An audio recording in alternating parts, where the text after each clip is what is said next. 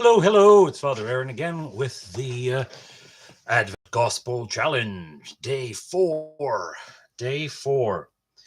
Today, as I, it wasn't an intention of mine, but it sort of happened to be going to different places, sometimes at the office, sometimes here to do this.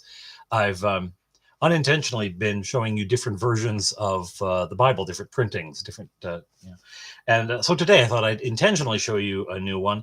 This is the Word on Fire Bible.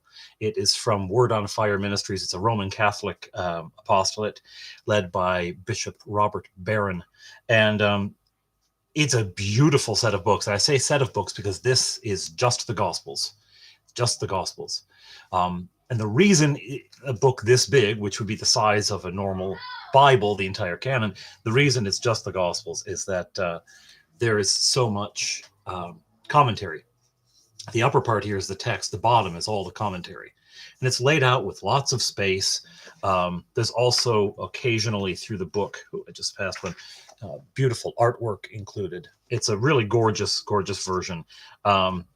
This is not sponsored. I get no kickbacks from it, but this is the Christmas season. If you're going to buy, someone a gift Bible, this gospel book would be a really good one. You can easily find it, Word on Fire. Again, I don't get any kickback for that. There's no motivation other than I think it's a beautiful book, and it is quite lovely. Anyway, we're going to look at Luke chapter 4 today. And this begins with the temptation, right? We've had the baptism, and following the baptism, Jesus is driven into the wilderness by the Spirit. That's interesting. Here we have, he's led by the Spirit into the wilderness. Mark has him driven. I don't know what kind of car the Spirit drives. Okay, silly joke. Jesus drove a Honda. You know that, don't you? But he didn't talk about it because he did not come to speak of his own accord. It's such a dumb joke. Sorry. Anyway, so we begin with the temptation.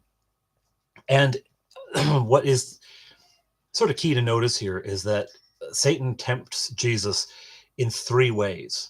One, the body, temptations of the body. Jesus is hungry. He's been fasting. Turn that stone into bread. Go. Turn the stone into bread. You can eat your fill, right? And of course, Jesus, as the Son of God, as God incarnate, absolutely could. Absolutely. No. Not going to do it. Not going to do it. Man does not live by bread alone. Okay.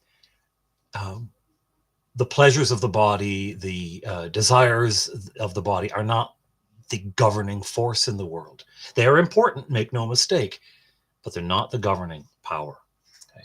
Then Satan tempts Jesus with power, control, right? Shows him the kingdoms of the world, all right? So bodily needs, power and status, standing in the world. You will be the king of all the nations, right? And it's worth noting that the kingdoms of the world, I will give you their glory and all this authority, for it has been given over to me. I don't know if that's a sly commentary on government, a jab at the Roman Empire, a comment on our current political situation, but there it is. Apparently the governments and authorities of the world are given over to Satan. Of course, Satan does lie. One can never take everything he says completely seriously. But at any rate, power, right? Bodily needs, power. And then what? The foundational sin, pride. Takes him to the temple and says, throw yourself off. God will save you. You are so precious and important to God. You are the incarnate Son. Of course, angels will catch you. You won't land, right? No, again, you don't tempt God. You don't assume a place with God. You don't put yourself up there to be so important that, of course, God will save me. No. So physical pleasures and physical needs and the body, status, and pride, all offered to Jesus, and to all of them he says no. And I love this. When the devil had finished every test, he departed from him until an opportune time. What time might that be? Perhaps hanging on the cross. And then we start the Galilean ministry, right? And it's almost a day in the life It's almost a day in the life. It says that he's going here and there and preaching and teaching, and he is praised by everyone. But then we hear him not praised, right? He goes to Nazareth, right, his hometown, and he reads from the scroll of Isaiah in the synagogue. I love this too. He went to the synagogue on the Sabbath day, as was his custom. There was a book in a library of a priest. I acquired the whole library, or at least portions of it, the bits that he didn't want to keep entirely. And there was a book there called Jesus, No Religious Person. And the argument was like, he wasn't a religious person, he was just spiritual. And, so it's very much, you could tell by my hand gestures, my opinion of the book.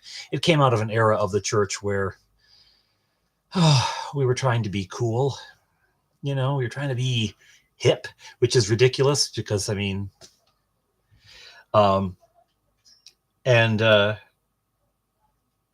was a very religious person. He went to the synagogue, as was his custom.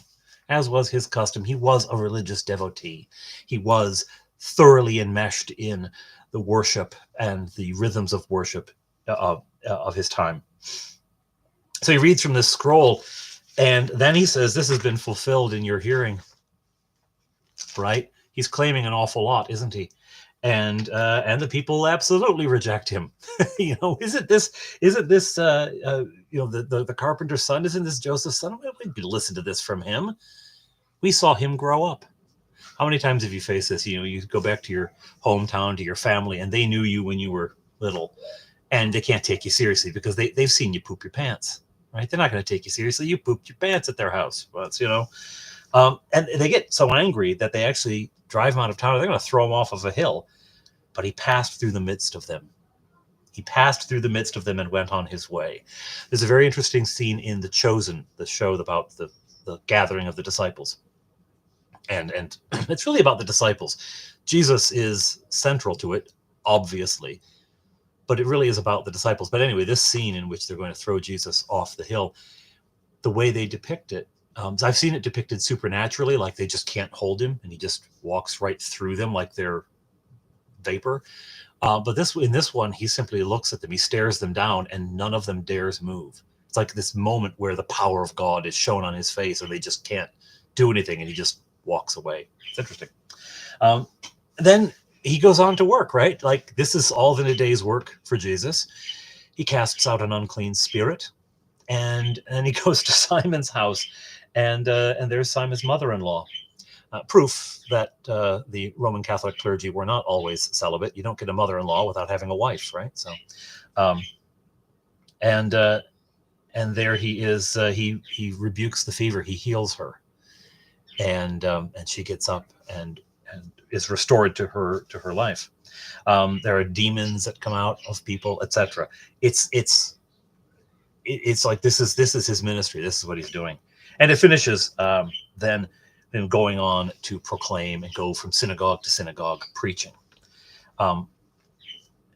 It's almost like a quick encapsulation of what his ministry will be, right? To cast out demons, to heal people, to teach, to preach, right? The only thing that's not included is the feeding miracles there, and we'll get to those at a later date, but the beginning of his ministry is introduced. So there you have it. Day 4, chapter 4. Go read, or if you have an audiobook, listen to your Bible chapter for today, your gospel chapter for today, and continue the Advent Gospel Challenge. And I will see you anon.